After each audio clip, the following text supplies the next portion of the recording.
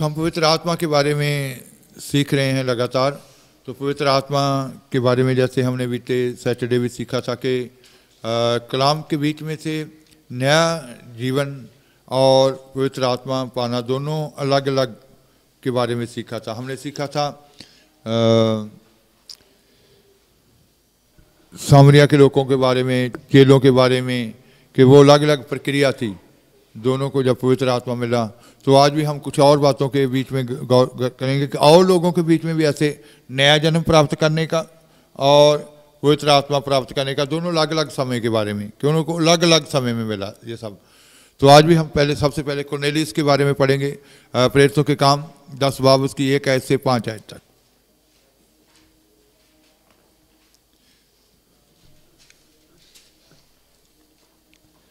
कैसरिया विच कुरनेलियुस करके एक मनुख सी जिहड़ा इतलैनी नामे एक पलटन दा सूबेदार सी। वो धर्मी लोग अते अपने सारे टब्बर सने परमेश्वर दा भाव करन वाला सी अते लोकां नूं बहुत दान दिंदा अते नित परमेश्वर अगे बेनती करदा सी। उहने दिन दे 30 कुछ पहर दर्शन पा के साफ वेख्या। भाई परमेश्वर दा एक दूत उहदे कोल अंदर आया अते उहनूं आख्या, हे कुरनेलियुस। उहने उस दी वल ध्यान करके वेख्या अते डर के कहा, प्रभु जी की है। उसने उहनूं आख्या, तेरियां प्रार्थना अते तेरे दान यादगिरी दे लई परमेश्वर दे हजूर पहुँचे अते हुण यापा नूं मनुख भेज के उस शमौन नूं जिहड़ा पतरस सद्दीदा है बुलवा लै।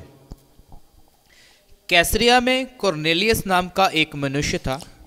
कैसरिया में लिखा गया कि कुरनेलियुस नाम का एक मनुष्य था जो इतलियानी नामक पलटन का सूबेदार था। वह बकत था। इसके बारे में लिखा गया कि स्वर्गदूत इसके पास आया, लेकिन स्वर्गदूत के आने से पहले, स्वर्गदूत अभी आया नहीं, पहले से ही ये धर्मी था। ऐसा करके लिखा गया कि ये एक धर्मी था। पहले से ही इसकी दुआएं जो थी वो सुनी गई, इसके दान खुदा के हजूर कबूल हो गए। हाँ जी। और अपने सारे घराने समेत परमेश्वर से डरता था। पूरे परिवार घराने समेत ये परमेश्वर का भय रखने वाला इंसान था।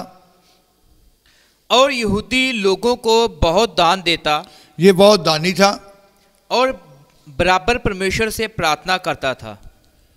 उसने दिन के 3 पहर के निकट दर्शन में स्पष्ट रूप से देखा कि परमेश्वर का एक स्वर्गदूत उसके पास भीतर आकर कहता ये है। पहले ही धर्मी ठहराया गया है, लेकिन अब स्वर्गदूत उसके पास आया। हाँ जी। स्वर्गदूत उसके पास भीतर आकर कहता है, हे कुरनेलियुस। उसने उसे ध्यान से देखा और डरकर कहा, हे प्रभु क्या है। उसने उससे कहा, तेरी प्रार्थनाएं और तेरे दान स्मरण के लिए परमेश्वर के सामने पहुंचे हैं। तेरी प्रार्थनाएं, तेरा दान जो था वो यादगिरी के लिए परमेश्वर के हजूर पहुंचे हैं।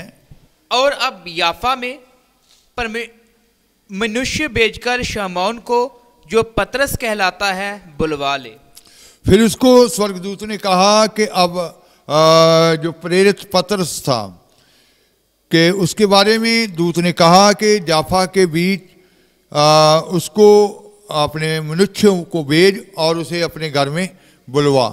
बताया गया, दूत ने बताया कि वो किसके घर में ठहरा हुआ है। तो जब पतरस को बुलाया गया, पतरस ने सारी बातचीत उनके साथ की। जब हम इसकी 44 आयत पढ़ते हैं तो वहां लिखा गया, पढ़ेंगे। पतरस ये गल्लां करदा ही सी कि पवित्र आत्मा बचन दे सबना सुनन वालियां ते उतरिया। पतरस ये बातें कह ही रहा था कि पवित्र आत्मा वचन के सब सुनने वालों पर उतर आया। पतरस उनसे बातें कर रहा था तो उधर और भी उसके रिश्तेदार भी सूबेदार ने अपने बुलवाए हुए थे, जितने उसके दोस्त मित्र थे, सबको इकट्ठा किया हुआ था। तो वो बातें कर ही रहा था तो पवित्र आत्मा उन सब वचन सुनने वालों के ऊपर क्या हो गया, उतर आया। इसका मतलब उसने नमाजियम पहले प्राप्त किया हुआ था, वो धर्मी था, उसके दान खुदा के हुजूर पहुंचे हुए थे, उसकी दुआएं खुदा के हुजूर पहुंची हुई थी, लेकिन अभी पवित्र आत्मा नहीं मिला। पवित्र आत्मा कब मिल रहा है? जब पतरस उनके पास आया। पतरस उनके पास आया, वो सारी बातें उनसे की गई, तो फिर बातें करते करते वो सब लोग जो वचन सुन रहे थे उनके ऊपर पवित्र आत्मा उतर आया। फिर अफसुस की कलीसिया के बारे में लिखा गया है, जो अफिसिया के लोग थे। प्रेरितों के काम 18 बाब उसकी 24 और 25 है।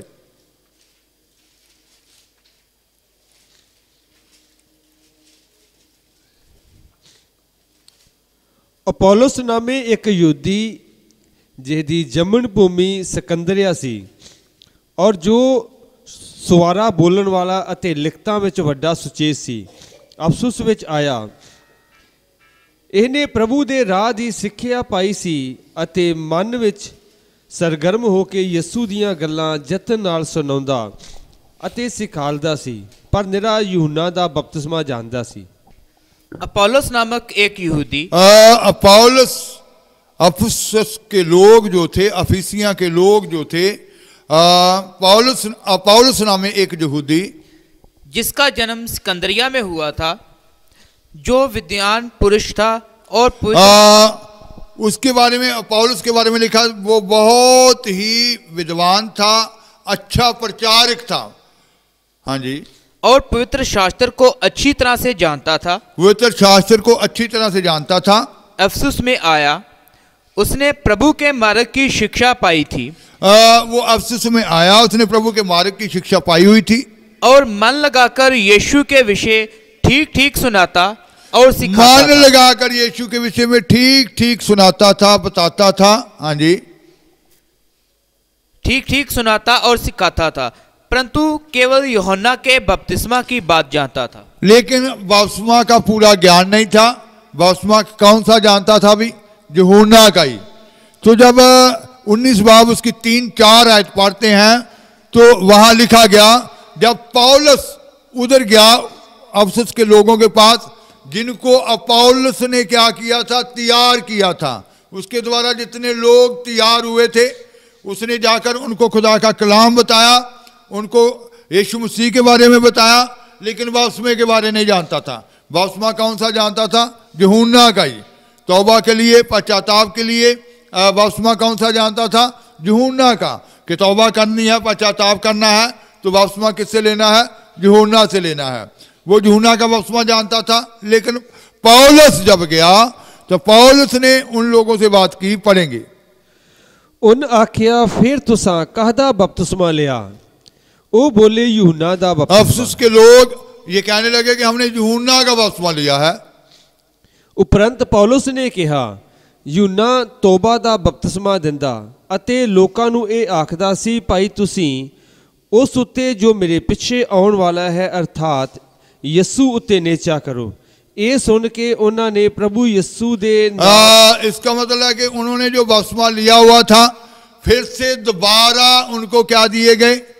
बपतिस्मे दिए गए। जो यीशु मसीह ने बपतिस्मा ठहराया था, बाप बेटा पाक रूह के नाम से, उनको दोबारा बपतिस्मे दिए गए यीशु के नाम से। जैसे कुछ लोग कहते हैं कि दोबारा बपतिस्मा लेना चाहिए या नहीं लेना चाहिए। जब गलत होगा तो फिर होगा। जहां भी बपतिस्मा, उसने कहा कि आपने कौन सा बपतिस्मा लिया? वो कहते कि यूहन्ना का बपतिस्मा। लेकिन वो दोबारा बपतिस्मा किए गए किस कौन से? ये प्रभु यीशु मसीह ने ठहराए थे, पिता पुत्र पवित्र आत्मा के नाम से। और जब हम इसकी दूसरा वचन पढ़ते हैं तो वहां लिखा गया, पढ़ेंगे दूसरा वचन। ਅਤੇ ਕਈ ਚੇਲਿਆਂ ਨੂੰ ਲੱਭ ਕੇ ਉਹਨਾਂ ਨੂੰ ਆਖਿਆ, ਜਾਂ ਤੁਸਾਂ ਨਿਸ਼ਚਾ ਕੀਤੀ ਤਾਂ ਕੀ ਤੁਹਾਨੂੰ ਪਵਿੱਤਰ ਆਤਮਾ ਮਿਲਿਆ? ਉਹਨਾਂ ਉਸ ਨੂੰ ਕਿਹਾ, ਅਸਾਂ ਤਾਂ ਇਹ ਸੁਣਿਆ ਵੀ ਨਹੀਂ ਭਾਈ ਪਵਿੱਤਰ ਆਤਮਾ ਹੈਗਾ ਹੈ। उनसे कहा, क्या तुमने विश्वास करते समय पवित्र आत्मा पाया? उन्होंने उससे कहा, हमने तो पवित्र आत्मा की चर्चा भी नहीं सुनी। तो पौलुस के द्वारा जो तैयार किए हुए लोग थे, जो यीशु मसीह के ऊपर ईमान ला रहे थे, तो पौलुस ने जाकर उनको सवाल किया कि क्या तुम लोगों ने पवित्र आत्मा पा लिया है? वो कहते कि हमने तो इसके बारे में सुना भी नहीं है कि पवित्र आत्मा भी है। तो इसका मतलब है कि नया जन्म उन लोगों ने पा लिया है, यीशु मसीह के नाम के ऊपर विश्वास कर लिया है, यीशु मसीह के नाम के ऊपर नेचा करके अपने पापों का पश्चाताप भी कर लिया है, लेकिन पवित्र आत्मा अभी नहीं पाया। जब हम 6 आयत पढ़ते हैं तो वहां लिखा गया, पढ़ेंगे 6 आयत। ਅਤੇ ਜਾਂ ਪੌਲਸ ਨੇ ਉਹਨਾਂ ਉੱਤੇ ਹੱਥ ਧਰੇ ਤਾਂ ਪਵਿੱਤਰ ਆਤਮਾ ਉਹਨਾਂ ਤੇ ਉਤਰਿਆ ਔਰ ਉਹ ਬੋਲੀਆਂ ਬੋਲਣ ਅਤੇ ਅਗੰਮਵਾ ਕਰਨ ਲੱਗੇ। जब पौलुस ने उन पर हाथ रखे तो पवित्र आत्मा उन पर उतरा और वह बिन बिन भाषा बोलने और भविष्यवाणी करने लगे। जब पौलुस ने उनके ऊपर हाथ रखे तो पवित्र आत्मा उनके ऊपर उतरा और वह क्या करने लगे, बोलियां बोलने लगे, अन्य अन्य भाषा बोलने लगे और अगमवाद करने लगे। इसका मतलब नया जन्म उन्होंने पहले ही प्राप्त किया हुआ है और पवित्र आत्मा अभी बाद में मिल रहा है। तो जो दोनों ही प्रक्रिया यहाँ वचन के बीच में क्या है, अलग अलग है। तो जैसे मैंने बताया कि बहुत सारे लोग कहते हैं कि जब हम विश्वास करते हैं, नया जन्म प्राप्त करते हैं तो पवित्र आत्मा तुरंत मिल जाता है, उसी वक्त मिल जाता है। और बहुत सारे लोग ये भी प्रचार करते हैं कि जब इंसान नया जन्म प्राप्त करता है तो पवित्र आत्मा तो तुरंत ही मिल जाता है। ये जो लोग कहते हैं कि नहीं अन्य भाषा बोलनी चाहिए, चिन्ह चाहिए, चिन्ह क्या है, क्या अन्य भाषा तो बोलते नहीं है, वो कौन सी आयत को लेते हैं? लूका 11:29।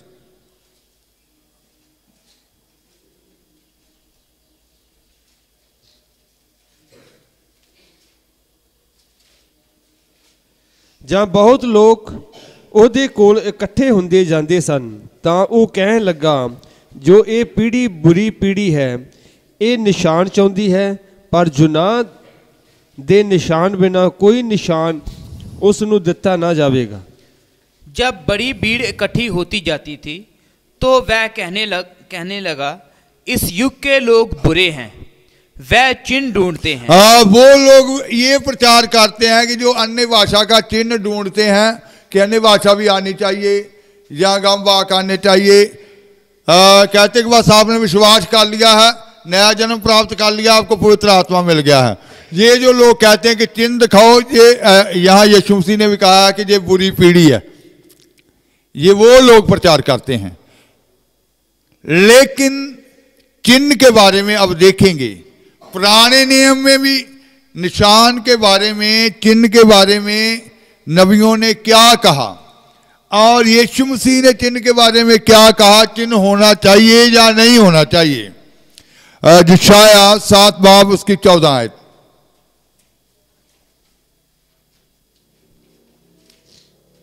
ਇਸ ਲਈ ਪ੍ਰਭੂ ਆਪ ਤੁਹਾਨੂੰ ਇੱਕ ਨਿਸ਼ਾਨ ਦੇਵੇਗਾ, ਵੇਖੋ ਇੱਕ ਕੁਆਰੀ ਗਰਭਵਤੀ ਹੋਵੇਗੀ ਅਤੇ ਪੁੱਤਰ ਜਨੇਗੀ ਅਤੇ ਉਹਦਾ ਨਾਮ इमानुएल रखेगी।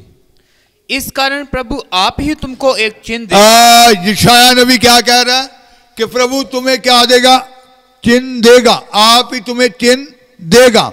इसका मतलब साथ में चिन्ह भी जरूरी होते हैं। यहां कहा जा रहा प्रभु परमेश्वर तुम्हें क्या देगा, चिन्ह देगा। और हाँ जी, सुनो एक कुंवारी गर्भवती होगी और पुत्र जनेगी और उसका नाम इमानुएल रखेगी। कुंवारी गर्भवती होगी और पुत्र जनेगी, उसका नाम क्या रखा जाएगा, इमानुएल रखा जाएगा। तो यीशु मसीह ने भी चिन्ह के बारे में कहा। जब हम मरकुस की इंजील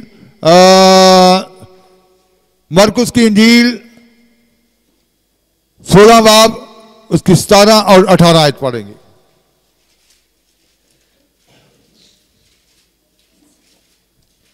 ਅਤੇ ਨਿਸ਼ਚਾ ਕਰਨ ਵਾਲਿਆਂ ਦੇ ਨਾਲ-ਨਾਲ ਇਹ ਨਿਸ਼ਾਨ ਹੋਣਗੇ, ਜੋ ਉਹ ਮੇਰਾ ਨਾਮ ਲੈ ਕੇ ਭੂਤਾਂ ਨੂੰ ਕੱਢਣਗੇ, ਉਹ ਨਵੀਆਂ-ਨਵੀਆਂ ਬੋਲੀਆਂ ਬੋਲਣਗੇ, ਉਹ ਸੱਪਾਂ ਨੂੰ ਚੁੱਕ ਲੈਣਗੇ ਅਤੇ ਜੋ ਕੋਈ ਜ਼ਹਿਰ ਵਾਲੀ ਚੀਜ਼ ਪੀ ਲੈਣ ਤਾਂ ਉਹਨਾਂ ਦਾ ਕੁਝ ਨਹੀਂ ਵਿਚਲੇਗਾ, ਉਹ ਰੋਗੀਆਂ ਉੱਤੇ ਹੱਥ ਰੱਖਣਗੇ ਤਾਂ ਉਹ ਚੰਗੇ ਹੋ ਜਾਣਗੇ। विश्वास करने वालों में ये चिन्ह होंगे कि वह मेरे नाम से दुष्ट आत्माओं चिन्ह यहाँ यीशु मसीह ने भी कहा है कि जो विश्वास कर लेते हैं उनके साथ ये चिन्ह दिखाई देंगे। कौन से चिन्ह? हाँ जी, कि वह मेरे नाम से दुष्ट आत्माओं मेरे नाम से दुष्ट आत्माओं को निकालेंगे, नई नई भाषा बोलेंगे, नई नई भाषा बोलेंगे, सांपों को उठा लेंगे, सांपों को उठा लेंगे, और यदि वह प्राणनाशक वस्तु भी पी जाएं तो भी उनकी कुछ हानि ना होगी। यदि कोई जहर वाली वस्तु भी पी जाए तो कोई भी हानि नहीं होगी। वह बीमारों पर हाथ रखेंगे, वह बीमारों के ऊपर भी हाथ रखेंगे और वह चंगे हो जाएंगे। वह चंगे हो जाएंगे। तो जहां चिन्ह की बात हो रही है, यीशु मसीह ने भी यहां चिन्हों के बारे में कहा कि वो उनके साथ क्या होंगे, चिन्ह होंगे। कि बहुत सारे इसी गलतफहमी में, इसीलिए प्रभु कहते हैं कि लोगों को वचन से कैसे बात करनी है, आपने लोगों को जागृति में कैसे लेकर आना है। बहुत सारे ये प्रचार करते हैं कि बस आपने विश्वास कर लिया यीशु मसीह के नाम के ऊपर, आपने पश्चाताप कर लिया, आपने इकरार कर लिया है, तो आपको पवित्र आत्मा मिल चुका है, बस आप विश्वास करें कि मिल चुका है। ऐसे भी प्रचार होता है। लेकिन अब समय है कि आप असल रीति से उनसे बात कर सकें। ये भी जो पवित्र आत्मा के बारे में आपको सीखने के लिए मिल रहा है, तो आप इसको ध्यान से जब पूरी जितने हफ्तों से भी चल रहा है इसको पूरा समझेंगे गहराई से, तो फिर किसी भी जो पवित्र आत्मा को नहीं मानते, पिता को नहीं मानते, पुत्र को, पवित्र आत्मा सलीम को नहीं मानते, आप किसी से फिर बात कर सकते हैं कि ये देखो वचन में ये लिखा है। तो ये वचन सिर्फ सुनने ही नहीं है तो इधर से निकाल देने, बल्कि इनको अपने हृदय में जमा करना है। क्योंकि आप लोगों ने ही दूसरों से क्या करनी है, बात करनी है। ऑनलाइन सुनने वाले भी जितने भी बाद में सुनते हैं, और ये सब सीख कर आप दूसरों से क्या कर सकते हैं, बात कर सकते हैं। तो जहां यीशु मसीह ने भी चिन्ह की बात की कि नेता करने वालों के साथ ये निशान होंगे। कौन कौन से निशान? वो दुष्ट आत्माओं को निकालेंगे, वो बीमारों को चंगा करेंगे, वो अन्य अन्य भाषा में प्रार्थना करेंगे, वो जहर वाली वस्तु पी लें तो उनके ऊपर उसका कोई भी असर नहीं होगा, वो सांपों को हाथों में उठा लेंगे। तो ये चिन्हों की बात यहां की जा रही है। तो जब प्रेरित लोग थे, प्रेरितों के काम 4 बाब उसकी 29-30 आयत जब हम पढ़ते हैं तो वहां भी लिखा गया है, पढ़ेंगे। ਅਤੇ ਹੁਣ हे प्रभु ਉਹਨਾਂ ਦੀਆਂ ਧਮਕੀਆਂ ਨੂੰ ਵੇਖ ਔਰ ਆਪਣੇ ਦਾਸਾਂ ਨੂੰ ਇਹ ਬਖਸ਼ ਕੇ ਅਤ ਦਲੇਰੀ ਨਾਲ ਤੇਰਾ ਬਚਨ ਸੁਣਾਉਣ। ਜਦੋਂ ਤੂੰ ਆਪਣਾ ਹੱਥ ਚੰਗਾ ਕਰਨ ਨੂੰ ਲੰਮਾ ਕਰੇ ਅਤੇ ਤੇਰੇ ਪਵਿੱਤਰ ਸੇਵਕ ਯਿਸੂ ਦੇ ਨਾਮ ਤੋਂ ਨਿਸ਼ਾਨ ਅਤੇ ਅਚੰਭੇ ਪ੍ਰਗਟ ਹੋਣ। अब हे प्रभु उनकी धमकियों को देख और अपने दासों को यह वरदान दे कि तेरा वचन बड़े हयाव से सुनाए। चंगा करने के लिए तू अपना हाथ बढ़ा कि चिन्ह और अद्भुत काम तेरे लिखा गया कि तेरे दासों को ऐसा बल दे, ऐसा तू उनको बख्श दे, बड़ी दिलेरी के साथ तेरे कार्य को कर सकें, बड़ी दिलेरी के साथ लोगों को सच्चाई बता सकें, बड़े दिलेरी के साथ तेरा वचन उनको क्या कर सकें, सुना सकें। और यदि तू, हाँ जी 30 है, चंगा करने के लिए तू अपना हाथ बढ़ा कि चिन्ह और अद्भुत काम तेरे पवित्र सेवक। जब तू चंगा करने के लिए तू उनके लिए अपने हाथ को क्या कर बढ़ा कि चिन्ह और अद्भुत काम तेरे पवित्र सेवक यीशु के नाम से किए जाएं। चिन्ह और अद्भुत काम तेरे पवित्र सेवक यीशु के नाम से किए जाएं। तो इसका मतलब इन लोगों ने भी ये दुआ की चिन्हों के लिए। और जो लोग ये प्रचार करते हैं कि नहीं ये चिन्ह, ऐसे नहीं चिन्ह मांगना चाहिए, बस विश्वास कर लो कि पवित्र आत्मा मिल गया, आपने पापों का अंगीकार कर लिया है तो विश्वास कर लो आपके अंदर पवित्र आत्मा आ गया है। लेकिन बाइबल के अनुसार जैसे आपने ये देखा है कि दोनों अलग अलग प्रक्रिया के बारे में, चेलों के बारे में, सामरिया के लोगों के बारे में, अफसुस के लोगों के बारे में, कुरनेलियुस के बारे में, और फिर अब जो लोग कहते हैं कि नहीं ऐसा कोई नहीं, अन्य भाषा का चिन्ह की कोई बात नहीं होती, बस पवित्र आत्मा मिला हुआ है। लेकिन यीशु मसीह ने भी कहा, पुराने नियम में भी परमेश्वर ने कहा कि प्रभु परमेश्वर आप तुम्हें जछाया ने क्या कहा, चिन्ह देगा।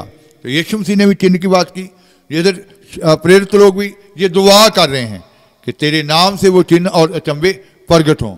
तो इसका मतलब है कि आज आप लोगों ने जागना भी है और दूसरों को भी जगाना है और इन वचनों को अपने हृदय के बीच में इकट्ठा करना है। जमा करते जाएं, इन आयतों को बार बार रिपीट करें ताकि आप दूसरे लोगों को सुना सकें, बता सकें, क्योंकि अब वक्त जगाने का वक्त है, बेदारी लाने का वक्त है कि पूरे पंजाब हिंदुस्तान के अंदर, पृथ्वी के हर कोने के अंदर बड़ी बेदारी आ जाए। अब बेदारी आने वाली है तो फिर आप भी बड़ी बल में आ जाएं और इन वचनों को हमेशा याद रखें। और जैसे हमने ये सीखा कि पवित्र आत्मा, नया जन्म जब हम पाते हैं और पवित्र आत्मा, ये दोनों बीच में पढ़ने को मिला, सीखने को मिला कि अलग अलग प्रक्रियाएं हैं। तो आगे भी जो पवित्र आत्मा के बारे में खुदा सीखने को देगा तो हम और भी आगे जारी रखेंगे। तो आंखें बंद करेंगे, दुआ की हालत में होंगे।